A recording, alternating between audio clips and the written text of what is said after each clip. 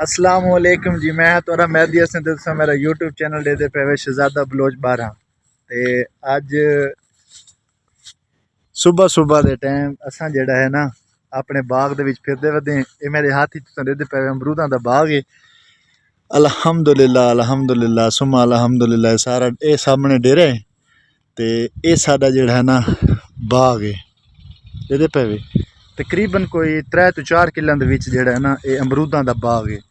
ते असां अज उत्थां आए वदे हैं अमरूद तुड़ेंदे ही वदे हैं इहदे वदे वे खावन वास्ते जेड़ा ना अमरूद तुड़ेंदे वदे हैं ते माशाअल्लाह फल भी बेहतरीन लगा पे पी को ना देदा पे वे ये फल माशाअल्लाह लगा पे। लेकिन हुण असां सेल वास्ते जेड़ा है ना इसको शुरू कर गिदे। देखो पग है बिल्कुल बेहतरीन। ये फल भी बड़ा ज़बरदस्त जेड़े है ना लगा खोता है।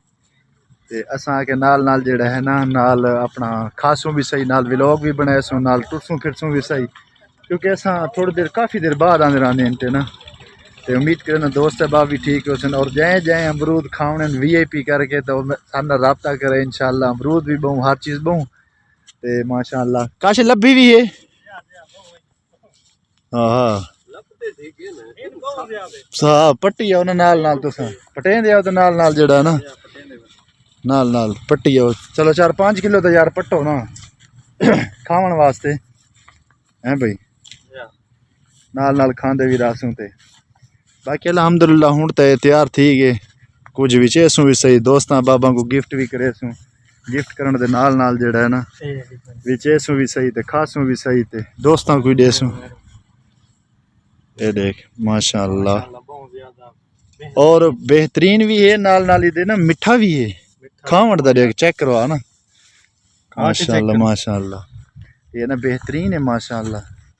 माम बाश का चाहे मिठा जी जी मिठा मिठा है कि नहीं? ये बड़ी अच्छी वैरायटी है। अच्छा हाँ ये स्पेशल आई है पूरी वैरायटी है भी नहीं। अच्छा जी क्योंकि जेले तसा लाए हैं तो छोटे छोटे हाथ से ना उस टाइम तकरीबन बाग 1.5 साल तैयार थी। हाँ तकरीबन 1.5 साल दे तैयार थी झोली कर चा ना यार जी हाँ देसी जुगाड़ ला नहीं वे नाल नाल पटे दिया।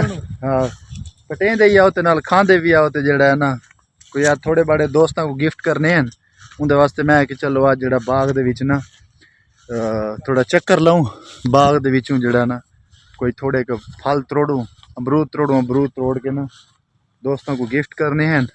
ते मैं कि चलो इस बहाने नाल ना अपने वीवरां को भी दिखावा चाह ते उम्मीद करे सन वीवर जेड़े हैं सारे वो भी इंशाल्लाह ना कोई पसंद आसी ते कोशिश इतना है देते पे जवान लगे वदन माशाअल्लाह। तकरीबन 3-4 किले दे विच जेड़ा सारा अमरूद लगा हुआ है ये दूर दूर तक तुम देते पे उसो।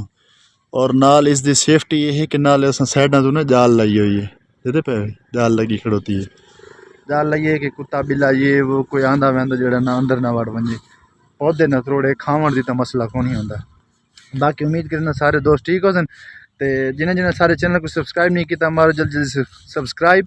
मिलते हैं नेक्स्ट व्लॉग दे अपना ढेर सारा ख्याल। अल्लाह हाफिज़।